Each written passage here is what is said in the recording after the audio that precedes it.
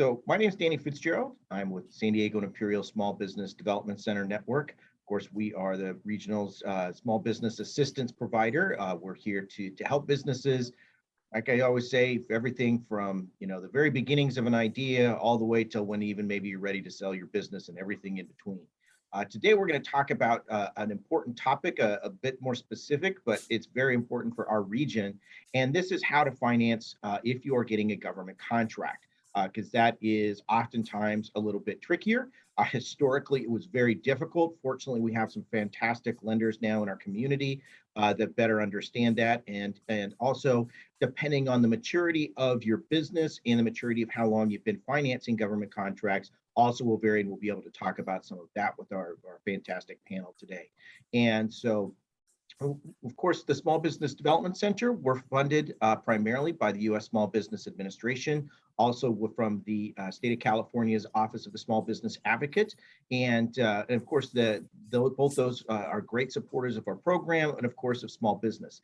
So we're going to start today initially with some words from Lucy Montgomery from our local district office from the Small Business Administration. Lucy. Hi, how are you? I'm happy to be here. I'm Lucy Montgomery from the Small Business Administration. And today, since we're talking about government contracts, hopefully I might stop my video so that you can hear me clearer. Okay, there you go. We hear you fine. We're good. Okay. All right, perfect. First, I wanted to give an update for... Nope, now we lost you. She was probably trying to give us an update for EIDL. All right, we'll give Lucy a moment more, but we appreciate everybody getting on, and so we'll kind of start our panel, and Lucy will let you kind of come back in here in a second once you kind of get a little bit better internet signal. The joys of that we've continued to go on with all of that. So I want to introduce our panel, and we have some fantastic folks. We have from Pacific Premier, DeWitt Dudley. We have from Lendspark, Pete Deegan. We have Oralia Alvarez from Mission Driven Finance. She's the one with St. Bernard in the background. And we have from Founders First Capital, Aaron Brand. We have from Civic Communities, Gustavo Bedart, who's been a long person participating with SBDC. And from Marble Bridge Funding, we have Andrew Crone. So appreciate everybody being able to get on and be able to participate. So Lucy, I see you muted yourself. Let's see if we can try you one more time before we get going. Can you hear me now? We can hear you now. Let's go for it. You were about to update us on EIDL. That's right. The SBA has updated their website, sba.gov, for PPP forgiveness information, and also with regard to EIDL payments. If you need changes to your EIDL loan, no more EIDL loans will be offered, but if you need to make changes, you can contact the El Paso Servicing Center, and I'll put their contact information in the chat. Now SBA is pivoting to our regular lenders. If you need loans, you will deal with some of our friends, the resources on this call. Also, since this is for government contracting, I wanted to give some brand new numbers from the SBA. They released their fiscal year 2021. 27% of the government spending was on small businesses. That's $154.2 billion in federal contract dollars awarded to small businesses. Our 8A program here in San Diego already has $1 billion worth of contracts this year. So you're in the right path. Also wanted to let you know that if you're on this call because you're more interested in finding out about government contracting and you don't actually have a government contract yet, I want you to know that federal, state, and local government contracts are available to small businesses, and even private companies have these. Please get in touch with your PTAC, your Procurement Technical Assistance Center. I'll put that information in the chat. And the SBDC. I wanted to shout out to the North County SBDC, who has an excellent, I think, 10 volumes of videos, 10 videos that you can watch on how to do government contracting. They're amazing and just really thorough. We're so proud of that. And we think that you should connect with the North County SBDC to see if you qualify to get certified a woman-owned business, even our 8A program, or a service-disabled veteran business, or take a look and see if you can locate in a hub zone. Also, I wanted to just shout out a couple of the most important thing about government contracting is finding out if the government is buying what you're selling. So I'll just give in the last minute about 10 NAIC codes, next codes that the government has in the past in our area needed contractors for, and that's commercial and institutional building construction, engineering services, computer systems and design services, administrative management and general management consulting services, plumbing, heating, and air conditioning contractors, water and sewer lines, trade contractors, computer. Of course, she breaks up on computer. So we'll appreciate the irony. See, let's try one more quick. We still can't hear you, Lucy. All right, we will. Yeah, so absolutely. I think that's a good suggestion. Lucy, if you can go ahead and drop some of those into the chat box, that would be fantastic. And what I will do also, in addition to sending out the recording for this video, I'll send the link for the 10 steps in terms the 10 different the series for government contracting that we have at our for the San Diego and Imperial SBDC network. That's from our and one of our advisors from North San Diego SBDC does that. Of course, we're an entire network. All of our service centers are tied together. You don't have to go to one center versus the other. All 9 within the region all go through a single funnel. So, and we'll put that in the chat too. And I'm sure Lynn will be taking care of getting all that contact information too. So. Want to go in and go ahead and let our panel introduce themselves, and why don't we go ahead and start with Aaron. Yeah, thanks for having me. I appreciate it, and thanks for everybody making time. I'm Aaron Brand, the head of business development for Founders First. Founders First is a mission-driven organization trying to even the playing field for the diverse-led business community. So we focus on companies led by minorities, women, veterans, LGBTQ. We also include low to middle income areas, and we help our clients on both sides. We have an educational side with accelerator programs to help teach them how to put on recurring revenues and get their financials in order. Those programs are virtually free for anybody who wants to take them. The other side is a financing product called revenue-based financing. So think of it like a term loan format, but instead of a fixed amount every month, we take a percentage of revenue over 2 to 5 years. So more long-term strategic growth capital. Fantastic. Andrew.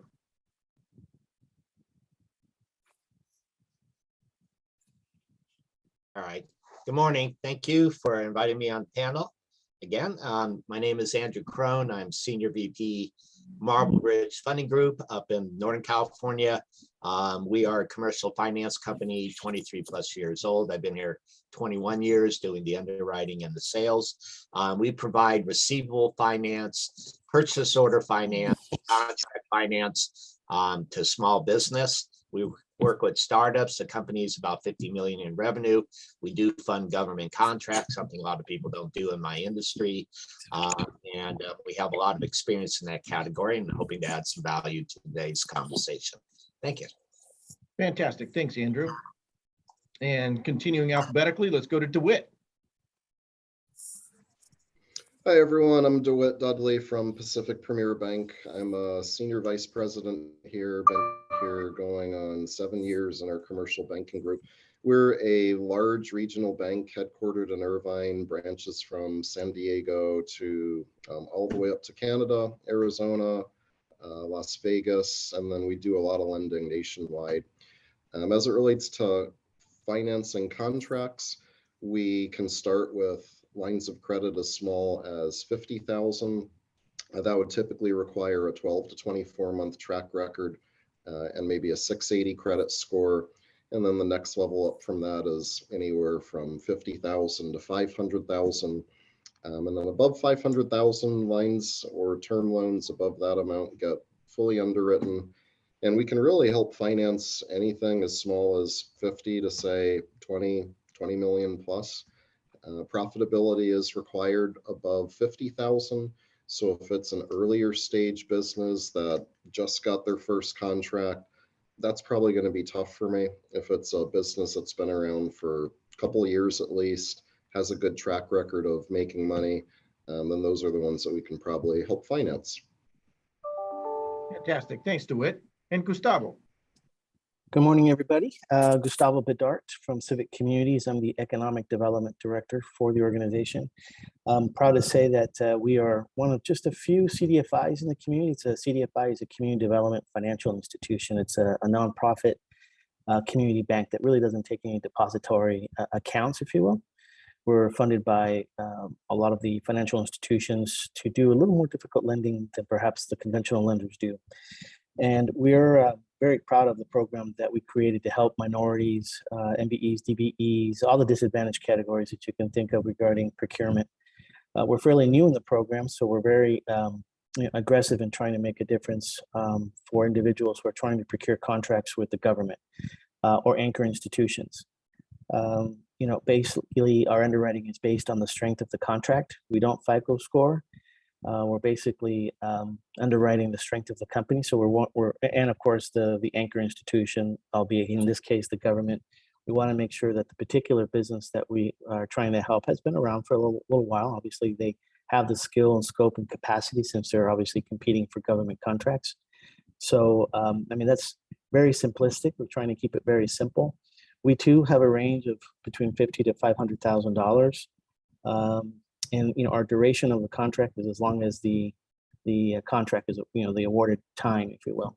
And we'll do a percentage of the contract so that the borrower won't be burdened by waiting to get paid by the contract, right? 60, 90 days out. We want to give you that working capital so that you can obviously operate and fulfill the contract. I'd also would be remiss if I didn't also say that we also have a procurement training, and we're working with a number of very similar colleagues in the influencing of the needle when it comes to this training. Our next training is the Building Business Success cohort. It's on August 18th. The anchors on that particular program or cohort is AT&T, San Diego Gas and Electric, us as well as Civic, because we also do public works. So that's why I'm also here, because we obviously also have contracts. We're trying to do our project management on behalf of the city. So from time to time, we too have contracts to provide. And Sony. So my contact information, I'll just provide that briefly, but look forward to answering any other questions that you all may have. Thank you.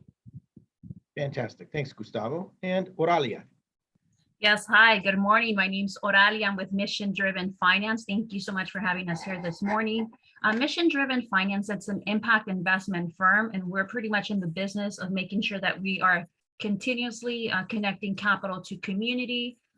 We've been around for 6 years, and specifically our focus is making sure that we do support generational wealth creation for BIPOC communities. And in order for us to do that, we offer our specific subcontractor financing program for municipal contracts, corporate contracts. Let's see what else. Our check size ranges anywhere between 100K up to 500K. And to make sure that this is accessible to BIPOC communities, we do not require credit scores. We do not ask for collateral, no personal guarantees. We really are focused on how can we unlock potential for communities that we serve. It's specifically for San Diego County region. And then let's see, I think that's it for now as an introduction. Thank you. Awesome, Oralia. And last but not least, Pete. Hey, thanks for having me. My name's Pete Egan. I'm with Lendspark. I've been here about 5 years now. We help small and medium-sized businesses with equipment financing and working capital solutions. Quite simply, when other avenues don't really work for them, such as their local bank or maybe other lenders in the past, we're a little bit more non-conventional. We're more of a story type lender. We can help out in situations when basically your bank says no, and ultimately our goal is to get you back in good standing or just work with them to fill the gaps where need be. Thank you. Fantastic. And then the next question I want to kind of go into, because I appreciate everyone kind of introducing themselves, kind of some of the organization and what they do, is kind of a time frame, because a lot of times when when someone's getting into government contracting, there's always a bit of a process. There's there's making sure they're ready, which is what I think Lucy talked extensively about, and ways in which people are able to be ready for contracting. There's also in terms of then the going through the proposal process and what that's particularly like, and then of course when they've actually got the contract. And so what I want to be able to do is kind of talk a little bit about the timing. When should a business be working with you to secure financing, and really what what that particular process looks like. Why don't we go ahead and start with you, DeWitt?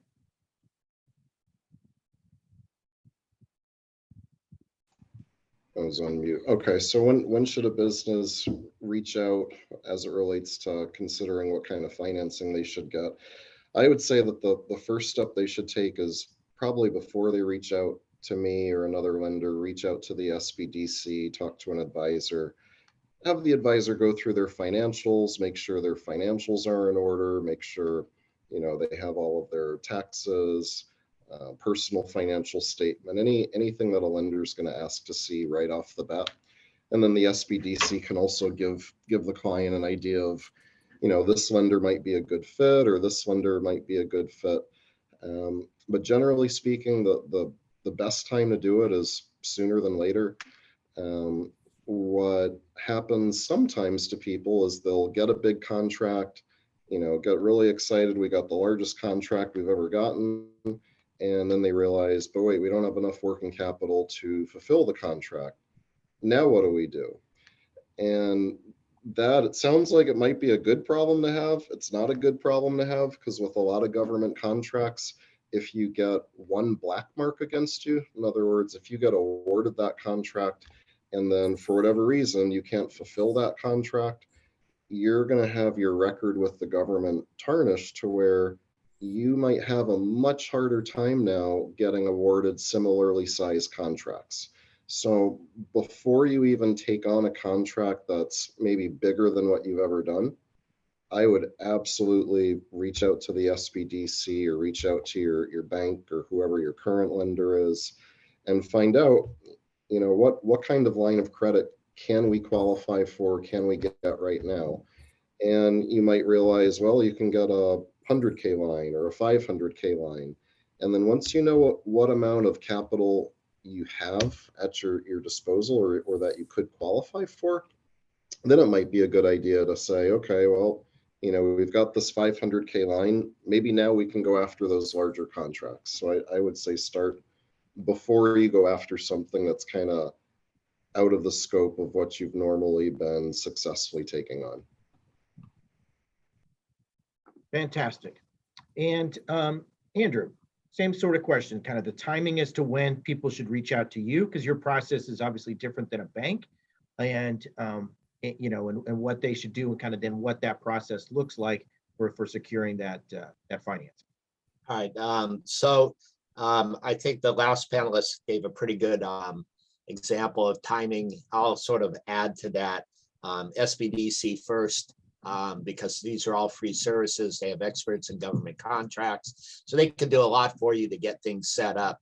But the challenge, or what I see a lot, is a number of clients who come into us from banks and from SBDC and other sources, a lot of times have won that contract, and now they're trying to figure out how to fund it.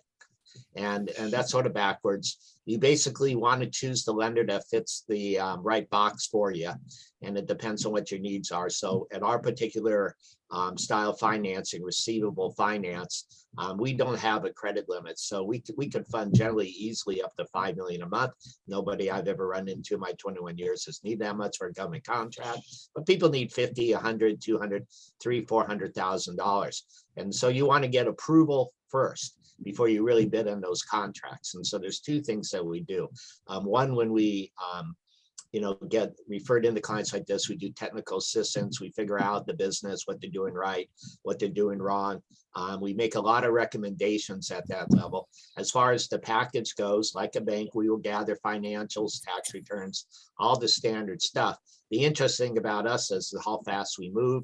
Usually if we had a package on a Monday, we would have it in a past credit committee, we got everything approved, we would be funding within 2 weeks. So a lot of our clients who come in, disabled vets, minority businesses who come in, who get a lot of these contracts, want to get approved by us first before they bid on those contracts, because then they know exactly how we operate. Then we teach them all that, how to get the funding, how the process works, because we do work with the federal government. We work with state, city, local governments where a lot of our clients, and you want to have a full understanding before you do the actual bidding, ideally. And then at that end, they don't worry about a credit limit. So they get a contract for 100,000 or $1 million. They know we have the capacity to fund them. So it takes the pressure off them that way. And ultimately, with having all that set up and done ahead of time, they can go in and be as aggressive as they want to be to get those contracts. And that's sort of the way that we see it. Get it done first, and we can be ready in 2 weeks once we get the process started, typically. Fantastic. And Pete, you kind of fit a particular niche with a lot of your style of financing. So how does it work for you all? Yeah, I mean, to mirror what was said before, obviously get your stuff in line with SBDC, and I would definitely talk to a lender before you actually bid on said contract. But with us in particular, I think what really sets us apart is that we can, within a very short amount of time, 1 to 2 days, get evaluations on equipment financing for you. So for, a bulldozer for a project, or a motor grader in particular for grading contract. And we can put together working capital solutions, whether that be revenue-based financing or maybe collateral-based financing. But without doing a hard pull on your credit, there's no upfront application fees. Very little financials are needed for the equipment financing. If it's under 250, you need an application and whatever you're looking to buy. So, with a very short time frame, with no upfront costs, no impact to your credit, we can tell you, hey, we have 150 for you for a bulldozer, term options 36 to 60 months, or whatever kind of yellow iron dump truck you might need, etc. And based on your revenues, we think we can put together a revenue-based financing of 100K for you. So you can know your numbers, kind of mirroring what everyone said before you go and bid on the contract. In particular with us, a use case that's really popular is that we'll, to go back on a motor grader contract for grading a road, a lot of times we'll get like a 36-month contract. We'll match up the term length of the equipment to the contract. And in most cases, our payment for the financing is going to be cheaper than their rental costs, and then they get an asset after. So in many cases, they see what equipment they'll need. They'll give me a list. We'll match up the rental cost versus financing and pick which ones would make financial sense for them. Fantastic. No, I appreciate that. Those were all excellent. And Aaron, what about, how does it work at Founders First? Yeah, good question. So we take a very consultative approach with our prospects and clients. And so we would love to establish a relationship with a company that is currently bidding. We can take a look at their current financial status. And, what we like to do is give genuine, in-depth feedback on what we're seeing, what works, what doesn't work. And that way, we have a good idea of what they're doing now and what their business would look like if they obtain these contracts. So, we can underwrite to projections and the future growth of a company. And that's, really what we do with our facilities being 2 to 5 years. We are more of a strategic growth partner. So we would say, talk to us as you're bidding. We'll give you genuine feedback on what you're doing now. And then, once you get the contract, you'll have a facility ready to go, pretty much a flip of a switch. So, because, these contracts can materially change the trajectory of the business. So, we would say get in early. Let's establish a relationship to have a good understanding of what you're getting into, what we can do, and how we can partner going forward. And then once you get those contracts, it's pretty much let's go. Fantastic. And Gustavo, how does it work at Civic? Well, very similar to obviously the colleagues that just shared. There's the suggestion, obviously sooner than the better, right? Obviously, we want to underwrite, just like what Aaron said, based on projections, as well as on the contract strength. I'll echo what everyone just said as far as, you don't know what you have until you can actually go underwrite yourself before you make that offer. It's too late, really, if you're going to bid on a process and then go reach your capital. So I think what we're all saying here is the sooner you can get your financial things in order, give yourself some time to be underwritten, and then as well, get approved for X amount. And at that case, all the guessing to a certain extent is removed. So at Civic, again, our process is fairly simple. We too want to underwrite based on who you are, not necessarily on your FICO score. So we're very proud of that.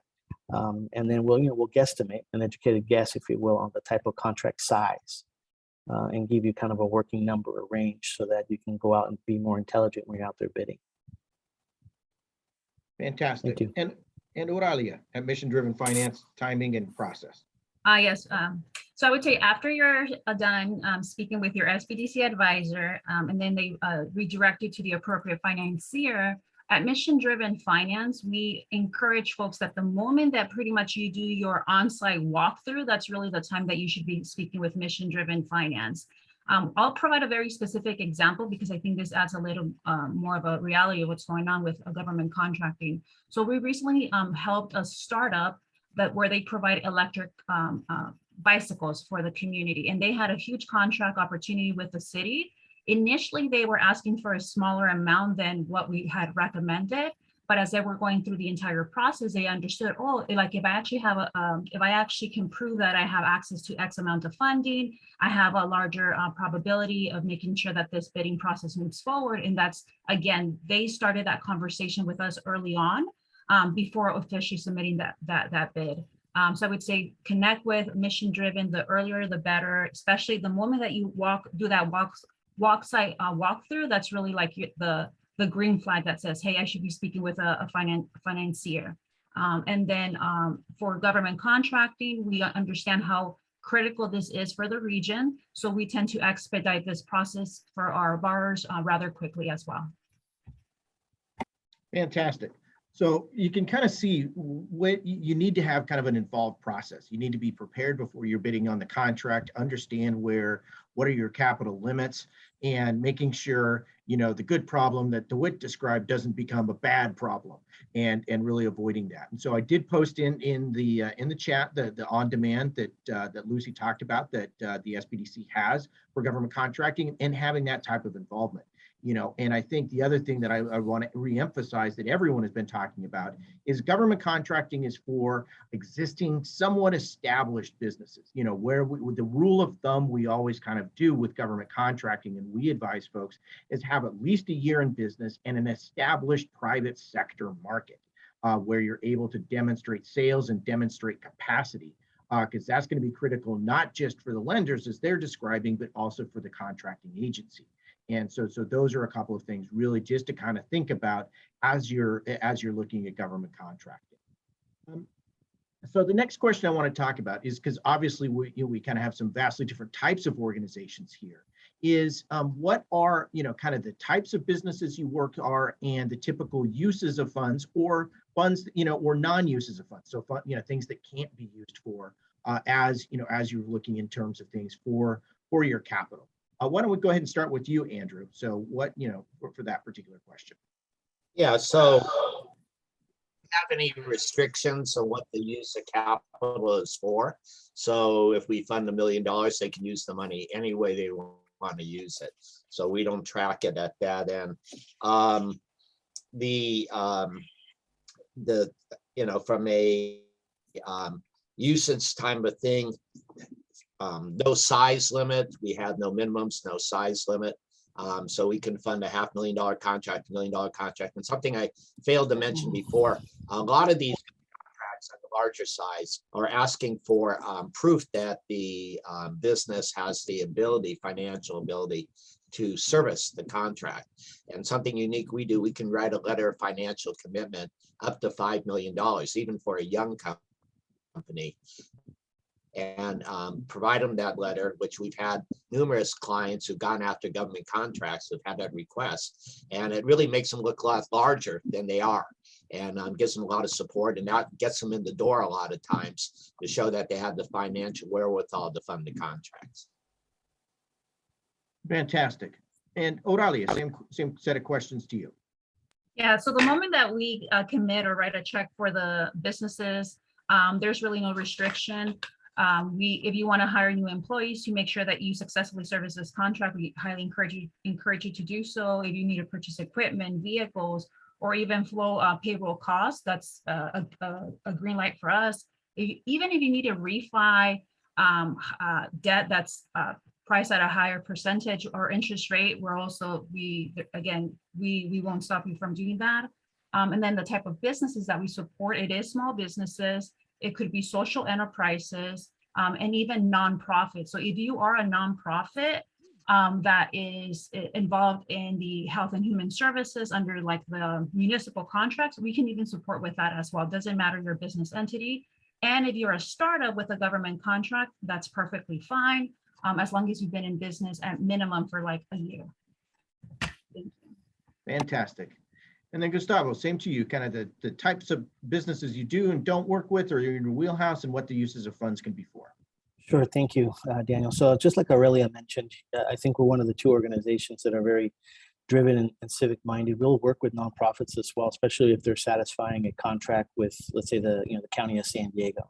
So if they're doing health and human services, that's an example, right, of working with nonprofits who are doing some HHS type of services. But primarily, we'll work with any company that's minority owned or comes from an LMI community. So with that said, we're really trying to promote economic prosperity within, emerging communities. As purpose of our loans and monies, there really isn't any distinction. Obviously some examples, obviously, is to improve operating cash flow, the purchase of materials, equipment, anything that is going to be related to the contract. So it's not necessarily, we only do one type of lending. It really has to do with the type of contract that the individual is going to be competing for, and what it's going to take for them to fulfill it. So whether it's equipment, more people, better cash flow, we're trying to satisfy the gap at civic communities, and that's what we want people to come and think of, because we don't necessarily have a delineated underwriting perspective. We want to make sense of a particular deal. So, every deal is different. Every underwriting, it's a lot of gray. So every underwriting example could be just slightly different than the one before. So thank you. Fantastic. And Pete. Yeah, I would say a general wheelhouse in terms of government contracts is going to be your small to medium-sized contractors and developers. We do have a 2-year time in business minimum, so we don't really work well with startups.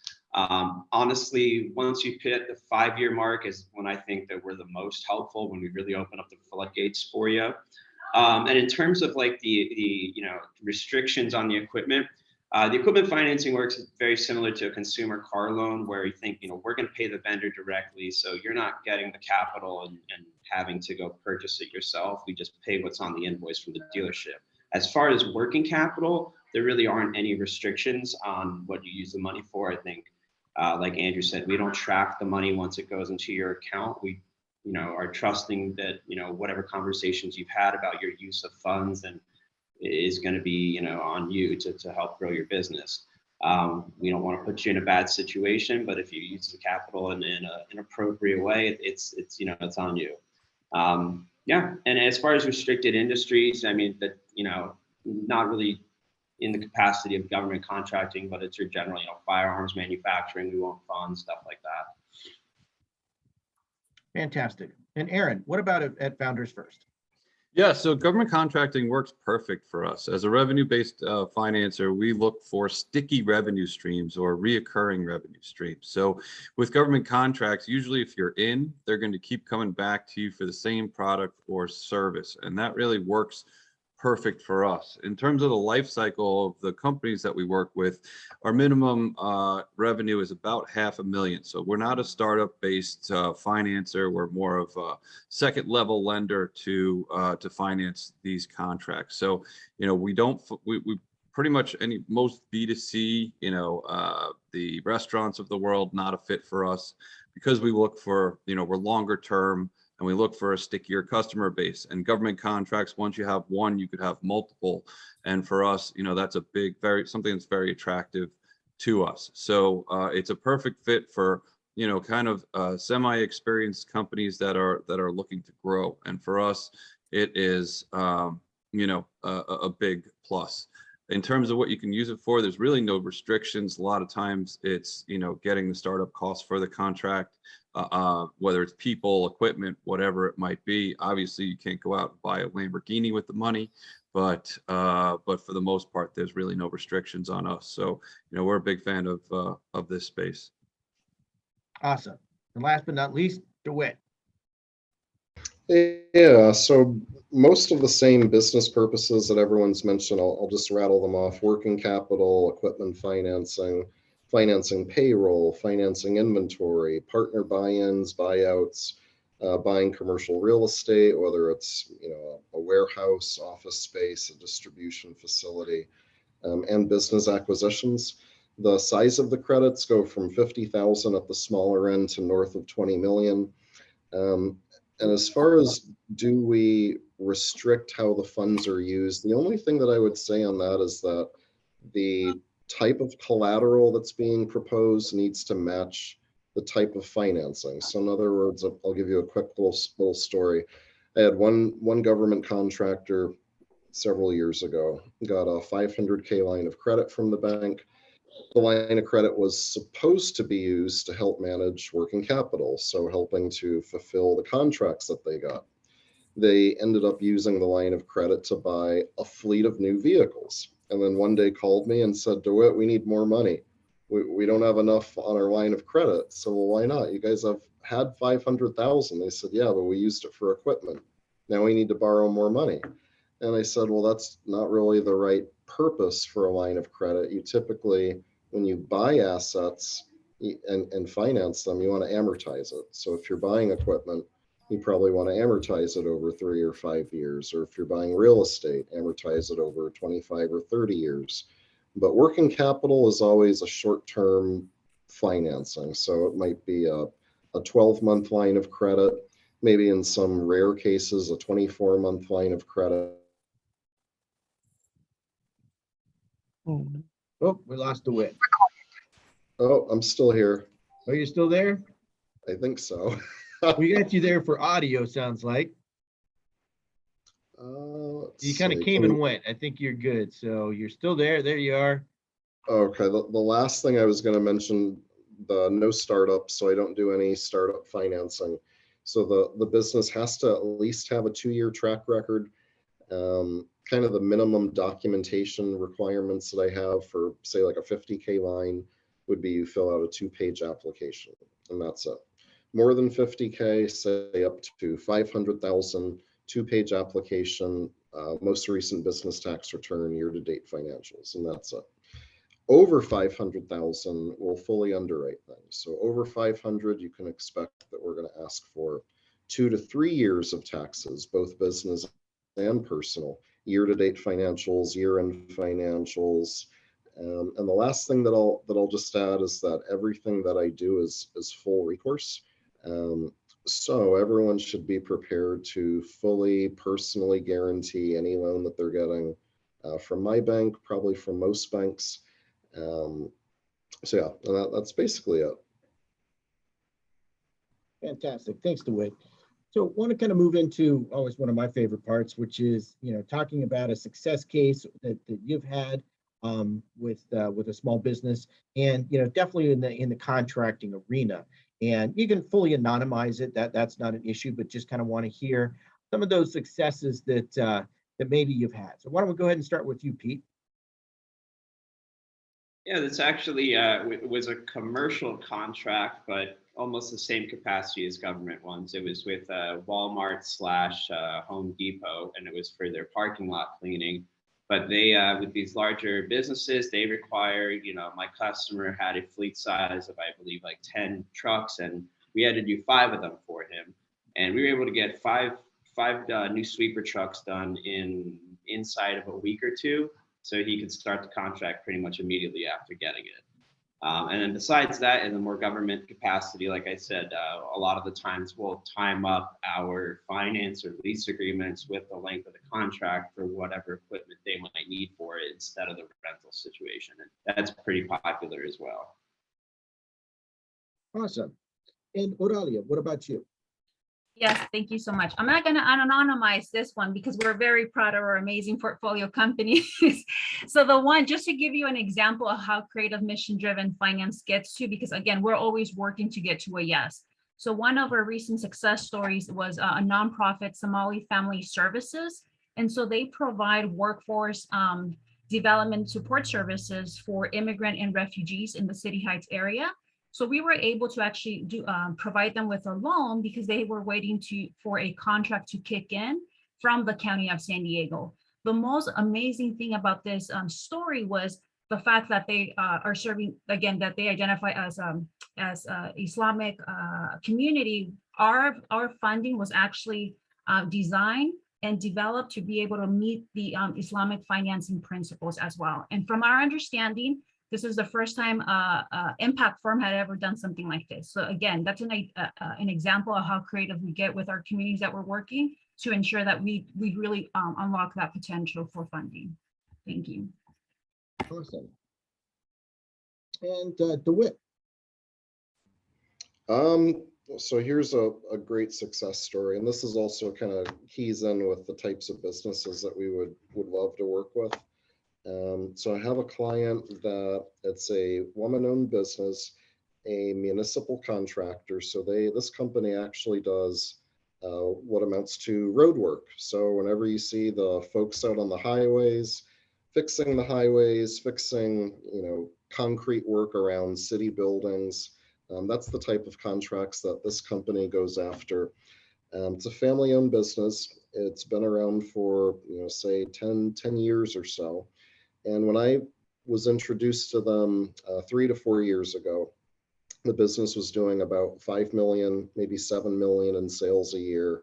And they had a $500,000 line of credit with another bank. And they came to me saying, DeWitt, we want to go after bigger contracts, but we need to get access to more credit to do so, because we don't want to get into a cash crunch where we get a big contract, can't make payroll, or can't scale up our labor to meet the contract needs. So we need a larger line. And I gave them a larger line. I doubled their line of credit from 500K to $1 million. And fast forward to where they are today, now this company is a $30 million company just 3 years later that has 3.8 million in total credit with the bank. And they've been able to also buy a building over the past. Fantastic. What about you, Aaron? Yeah, so we have a client that actually started out working for municipalities, which we like as well, very similar to federal or state government contracts. They have a cleaning service for some of the buildings. And so we gave them a line of credit or a loan for about $300,000 to get them to sustain them and execute on their work. And one thing that we do a lot of for our clients that are in the portfolio is we track their growth and we do follow-on fundings throughout the relationship. So just because we put one loan out there doesn't mean that's the end of our support. We take a very mission-driven consultating approach with our clients. So this client, with some advisory services that we offer, was able to go get government contractors. So this was, she was going to need to staff up to get more inventory and so on. So, in a very short period of time, because we had a relationship, we increased our line for another $250,000. So They were able to use that money to go staff up and get all of the equipment and inventory they need to execute on this new government contract. And actually, we're looking to do another follow on with this client in the very near future. So with us, you get support throughout the relationship. We can support any company up to $2 million. So whether it's the first loan or ongoing, that's something that we do a lot of. Awesome. Andrew.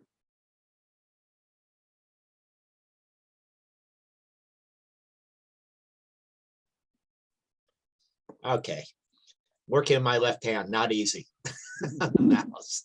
Okay, so I want to just finish the last question you asked, Danny. I didn't quite finish it properly. So we do work B2B. So our clients are any business doing business with another business or government entity. We do startups, and we can easily provide funding up to $5 million a month in receivable finance.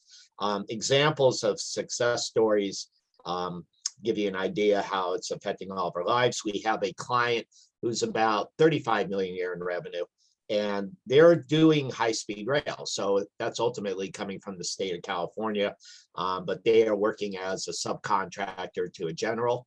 And we do fund that type of business model where a lot of people don't.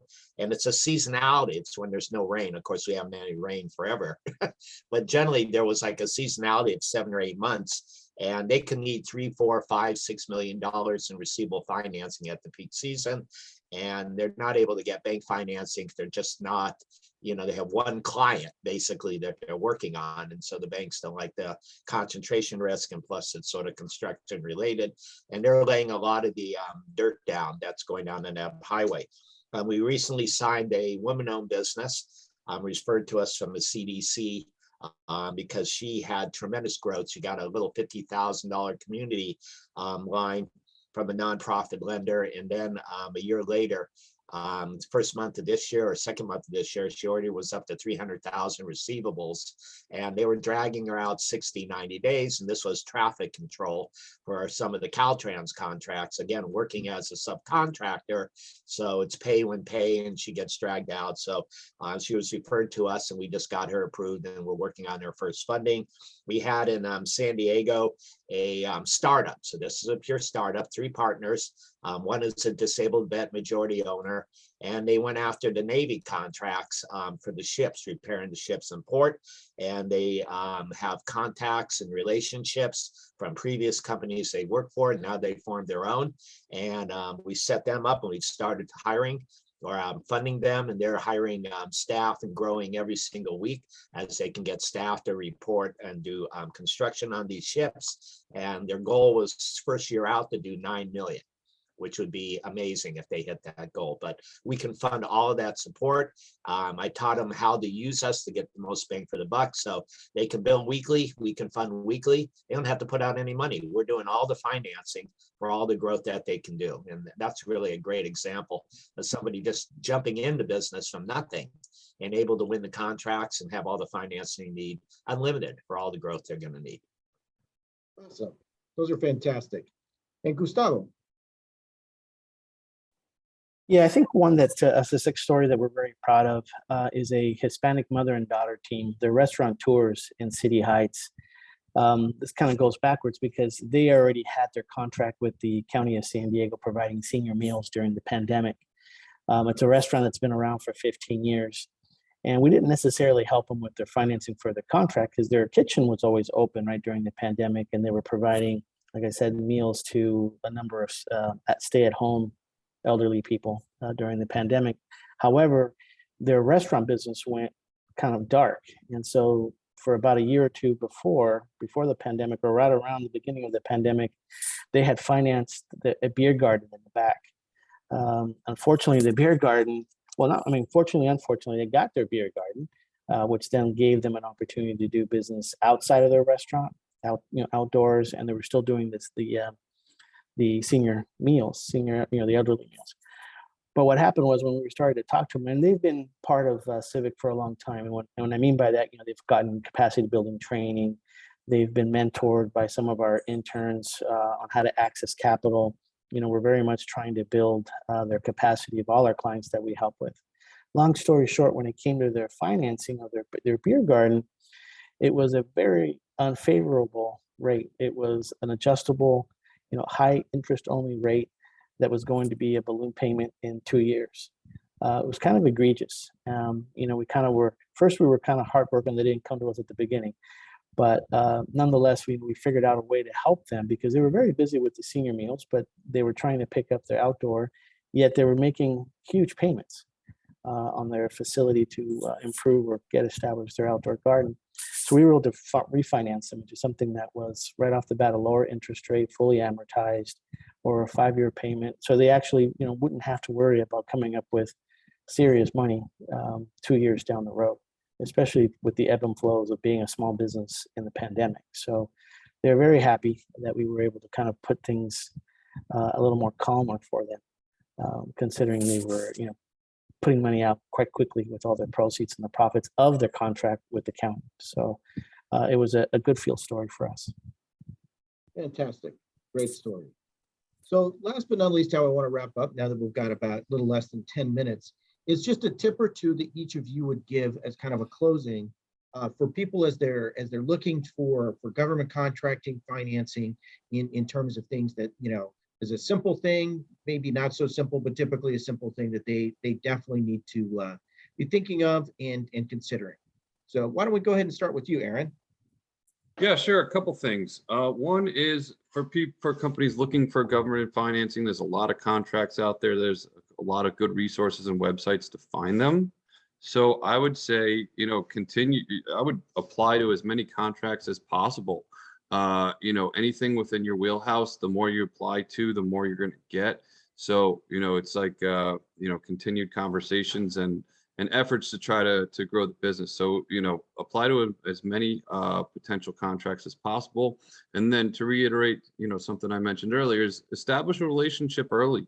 So, your lender knows exactly what's coming down the road. They have a good baseline of your current business and what it would look like if you got some contracts. That's how we like to work. And so, that would be get ahead of it, because once you get a contract, then you look for a lender, that's going to be trouble. Awesome. And DeWitt. So I would say be strategic in the contracts that you're pursuing. So if you've been successful doing 50K or 100K contracts, demonstrate a success at doing that before you say, well, we're going to start doing $1 million contracts. So get good at doing those 50K, 100K contracts before you scale up. Oh, you went on mute, DeWitt. Sorry about that. So what I was saying, go ahead. What I was getting at is if you've been taking on smaller contracts, 25K, 50K contracts, be strategic in how you're choosing to grow your company. So if you've been doing smaller contracts like that, and then you want to take on something larger, going from a 50K contract to a $1 million contract is a huge jump, as opposed to going from 50K to 100K or 50K to 200K even. And it probably will be easier, at least for a bank, to finance your growth when it's more kind of steady, So in other words, if you're going from here like that, that's going to be tough for me. But if you're growing slow and steady and incrementally taking on larger and larger contracts, that kind of growth we're better at financing. And then lastly would just be, talking to the SBDC early, figuring out your financials, getting those in order, and really just kind of being really strategic about the type of growth you're going to pursue and what kind of financing you're going to take on. Fantastic. And Gustavo. So I'll echo first by saying, obviously, you want to work with the SBDC, right? You want to remove all the inhibitors to apply. You want to be able to get the right coaching and mentoring to make sure you have everything in ready order. In addition to that, I would say, I think one of the colleagues here said about, it is a numbers game. I think Aaron was saying it is a number game. Try to apply to as many bids as possible, right? Because it is an opportunity where so many no's get you to a yes. but obviously you want to apply to your skill, scope, and capacity, right?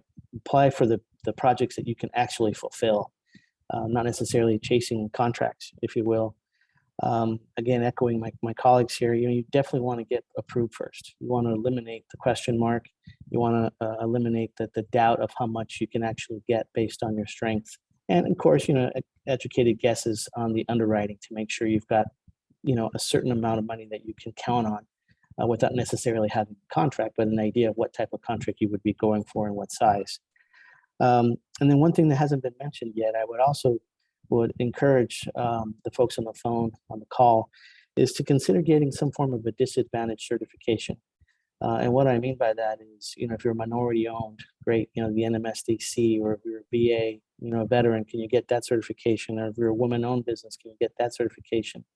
In addition to the bidding process, which is already competitive, you might be able to position yourself a little better by demonstrating that you're more than 51% owner of your organization in some form of a disadvantaged category. Again, whether you're LGBTQ, or some form of a minority, or women, or VA, or whatever disadvantaged category. There are special, not necessarily set-asides, but it maybe speaks more to your favor when you're applying for a bid.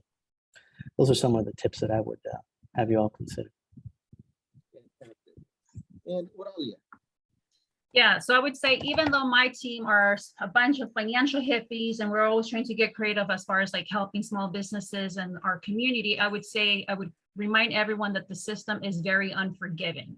So with that having been said, I would advocate and challenge you to always be bold, number one, but with that, you have to be prepared. So one of the things that we always tell anyone that connects with us looking for financing is, have you spoken with Cheryl Brown, or have you participated in her 12-module course? If the answer is no, usually we are redirecting you over to Cheryl Brown. Like, you have to go through that course. I can't emphasize that enough.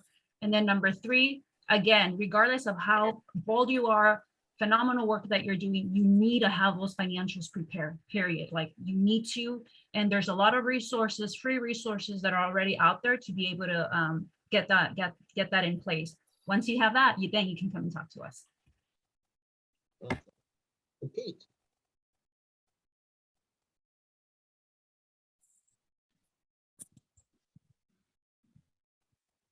Oh, you're on mute, Pete.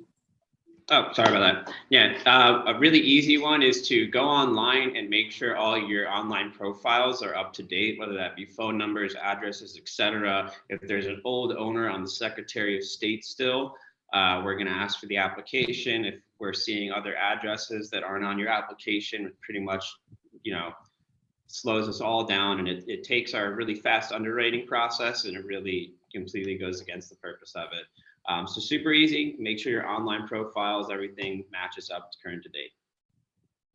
Awesome. And last but not least, Andrew.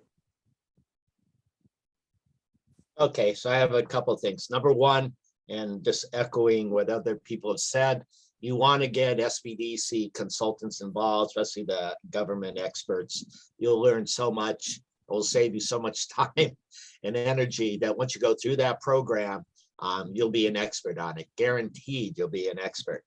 You get that done, and then you're going to need financing, because doing it alone is not how any business makes it. You got to leverage. And so, as an example, we said we work with startups. We do see a lot of disabled women-owned businesses that have come into it brand new. And, they're referred over to us because we do work with startups. So that makes it easy. We don't have to have 2 years in business to make it happen. And then we're looking at what their plan is. So a lot of these vets will go into business going after cities, counties, or state government, sometimes federal government, supplying goods or services. Usually a lot of them are doing goods. So they're bidding on contracts, and they're doing low bid. And so if they're doing low bid, what we see is they're trying to just make 10% on the deal. Well, it works if they're working out of their home, but if they have high overhead, it's obviously not going to make them any money. So a lot of them have gone the new way of just being a bidder and being a middleman between the supplier and the government. And so they get that done, they get their foot in the door, and then they develop the relationships, as some people talked about, success stories, and it gets easier for them, and they start raising their margins, and they get more profitable. And when they come to us, it makes total sense, and we're financing them. And why would they need financing on receivables? And just a quick comment, you know, the state of California used to pay by ACH, it's now all by check, all of it. And it's 45-day pay. So if you ship them 100,000, you're not going to see any money to pay your supplier for 45 days. But it's not 45 days from the day they get it. It's 45 days once they got the goods, they inspected the goods, and then they feel good about the goods, and then they get it into the system, and it's 45 days after that. So it could be 60, 75 days, and these small businesses can't handle the cash flow because all their money's locked up there and they can't grow the business. So they seek us out. We educate them about that process because we have a lot of clients that do state of California as an example, and they get it. And then they understand the benefit of what we bring to the table, and they can get their cash within 24 to 48 hours after the state verifies the receivable rather than waiting another 45, 60 days, and then they can grow a lot faster. So those are sort of a little trade secret there, working with the state and what it might be like if you go after those particular contracts and the value of what a finance company like ours can provide. Fantastic. So all some great successes. And so you can see kind of the wealth and diversity of different types of government contracting, financing different types of needs, and so forth. I noticed Rick put in there the finance construction receivables. I think quite a few of you do. I know Andrew and Gustavo certainly be able to take care of those types of things, and Aaron as well. And it, you know, again, it becomes circumstantial in terms of what that contract looks like and all of that in terms of it really, the devil truly is in the details. And you know, in terms of looking at that. So again, I want to appreciate first and foremost, certainly our sponsors for our regular Meet the Lenders, which is CDC Small Business Finance, Marble Bridge Funding, United Midwest Savings, Pacific Premier Bank, Lendspark, Primary Funding, Founders First Capital, Civic Communities, and Banner Bank. And certainly our panelists today, Aaron from Founders First, Oralia from Mission Driven Finance, Gustavo from Civic Communities, Andrew from Marble Bridge, Pete from Lendspark, and DeWitt from Pacific Premier. So all of you have a fantastic Friday, fantastic weekend, and good luck to all. Thank you.